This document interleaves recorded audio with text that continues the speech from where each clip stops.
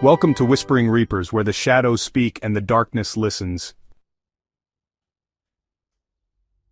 I'm your host, bringing you the creepiest tales to haunt your nights. If you're new here, this is the place for original horror stories that'll crawl under your skin and stay there.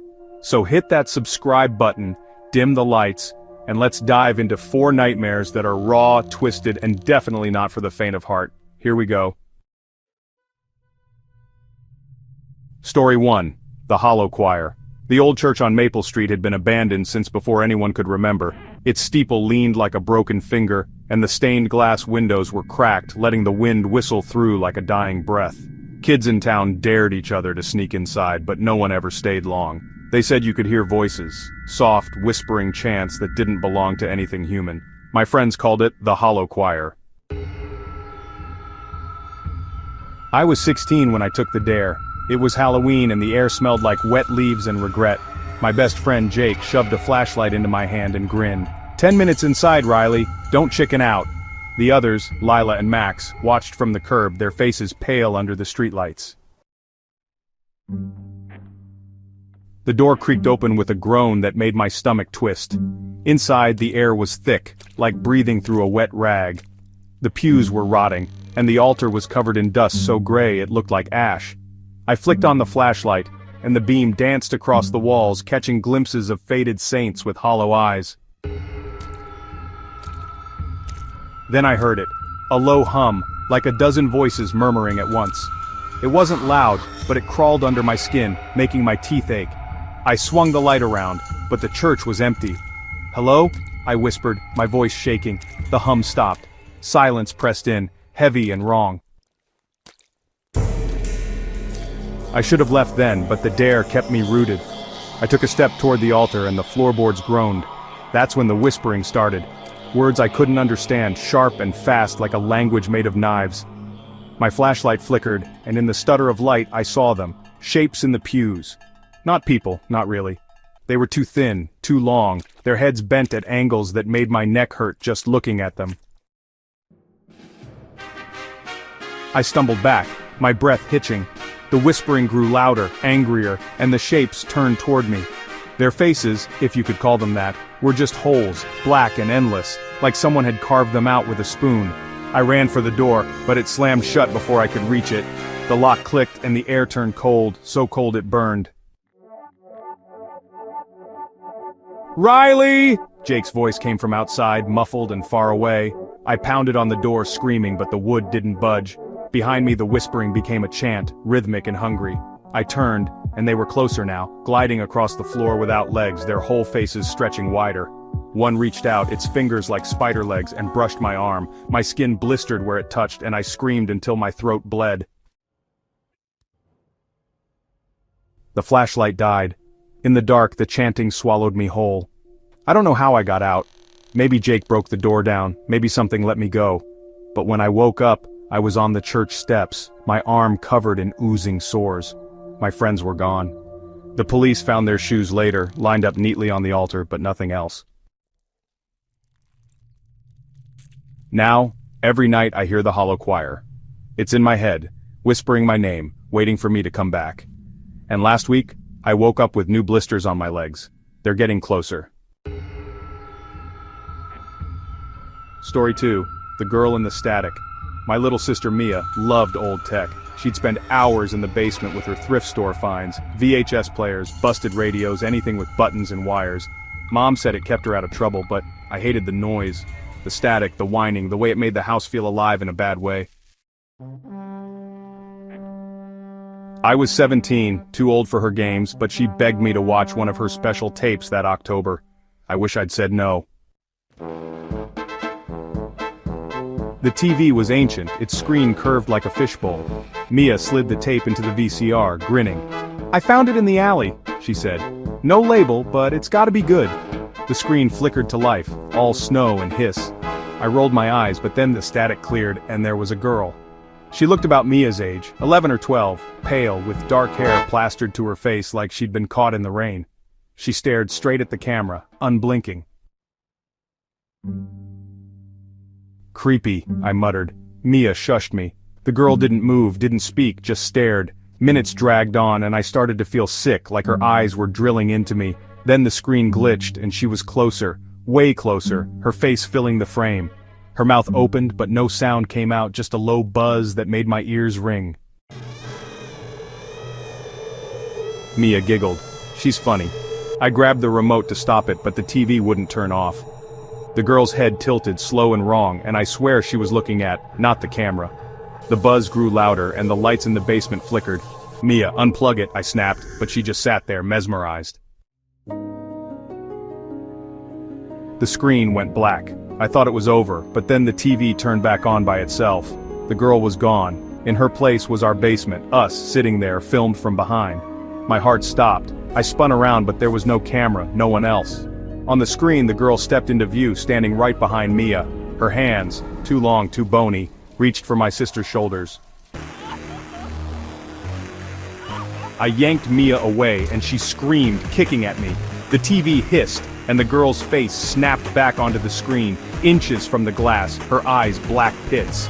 "She's mine!" a voice rasped. Not from the speakers, but from everywhere. The lights died, and the basement filled with static, loud, crackling, alive. I dragged Mia upstairs, her nails clawing my arms, and locked the door. That night, Mia wouldn't stop humming. By morning, she was gone. The basement door was open and the TV was on, showing static. I burned the tape, smashed the VCR, but it didn't matter. Last week, I found a new tape on my bed. I played it. It's me now, sitting alone, and she's behind me, closer every time I look away.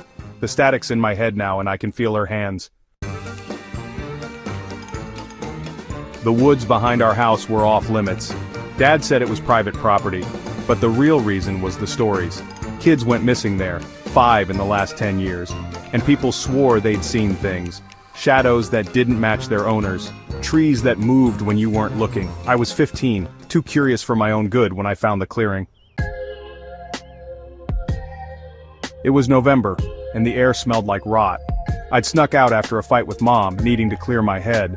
The trees parted, and there it was, a circle of dirt, bare and gray with little white shapes sticking out of the ground. I thought they were rocks at first, but when I got closer, I saw they were bones. Tiny ones, like from birds or squirrels, arranged in spirals. In the center was a bigger bone, human-sized, maybe a femur, stabbed upright like a marker. I should have run, but I didn't. I took a picture with my phone, the flash bleaching the scene white. That's when the ground shifted. Not an earthquake, just a ripple, like something under the dirt was waking up. I stumbled back and a sound came from the trees, a dry, rattling laugh. I bolted, branches clawing my face, but the woods felt wrong, twisted like the path kept changing. When I finally got home, my phone was dead. I charged it and the picture was there, but it wasn't the same. The bones were gone. Instead, there was me, standing in the clearing, my back to the camera. Something tall and thin stood behind me, its head a mess of antlers and teeth. I deleted it, told myself it was a glitch, but that night I heard the laugh again, outside my window. I looked and the backyard was full of bones, sprouting like weeds. They weren't there in the morning, but my dog wouldn't go outside anymore. He just whimpered, staring at the trees. A week later I went back. Stupid, I know, but I had to see. The clearing was bigger, the bones taller, ribs, skulls, things that didn't belong to any animal I knew. The air buzzed and the ground pulsed under my feet. I turned to leave, and there it was, the thing from the picture. It was made of bones, stitched together with sinew, its face a grinning jawbone. It didn't chase me, it just watched as I ran. Now, every night I hear it digging. My room smells like dirt, and this morning, there was a bone under my pillow, a finger still wet. The garden's growing, and I think it's coming for me next. I found the mask in the attic of our new house. We'd moved to this nowhere town in December, and the place was a dump, peeling paint, creaky floors, and a smell like damp earth that never went away. I was 14, bored out of my mind, poking around upstairs while Mom unpacked downstairs. The attic hatch was stuck, but I pried it open with a screwdriver, and that's when I saw it. A wooden box, scratched and old, tucked under the eaves. Inside was the mask. It wasn't Halloween junk, too real, too heavy. It looked like a face, human but off, with a waxy texture and eyes carved too deep. The mouth was a thin slit, curled up at the edges like it was smirking. I ran my fingers over it and it felt warm, like it had just been worn. There was a note pinned to the box, scrawled in shaky handwriting. "Don't wear it, it knows you now." I laughed. Creepy, sure, but I wasn't scared, not yet. That night, I couldn't sleep. The mask was under my bed where I'd stashed it so Mom wouldn't freak. Around midnight I heard it, a soft wet sound like someone licking their lips. I froze, straining to listen. It was coming from under the bed. My heart hammered, but I told myself it was nothing, just the house settling. Then I felt it, a tug on my blanket, slow and deliberate, pulling it toward the floor. I yanked it back and flipped on the lamp. Nothing was there, but the mask was out of the box, sitting upright on the carpet, facing me. Its smirk looked wider. I shoved it back in the box and locked it in my closet, but the sound didn't stop. All night that wet, slurping noise followed me, even when I buried my head under the pillow. The next day, I noticed the itch. My face felt tight like I'd been out in the sun too long. I scratched, and a thin strip of skin peeled off my cheek, dry, flaky, like a snake shedding. Underneath it was red and raw, but it didn't hurt. I told myself it was stress, but by dinner my whole forehead was peeling. Mom didn't notice, she was too busy arguing with the landlord on the phone, but I saw it in the bathroom mirror. My face looked wrong, stretched, like it didn't fit me anymore. That night the mask was back under my bed. I hadn't touched the closet. The wet sound was louder now, joined by a whisper, my name over and over in a voice that wasn't mine. I grabbed the mask ready to smash it, but my hands wouldn't let go. My fingers moved on their own, lifting it to my face. It was warm, damp, and when it touched my skin, I clawed at it, but it wouldn't budge. It was fusing to me, sinking in like it belonged there. I stumbled to the mirror and it wasn't me anymore. My eyes were too deep, my mouth too thin, smirking like the mask. My real face, my old face, was peeling off in chunks, falling to the floor with wet slaps. Underneath, something else was growing, slick, pale skin that glistened like it was still wet from being born. I screamed, but the sound came out wrong, high and sharp, like a laugh I didn't mean to make.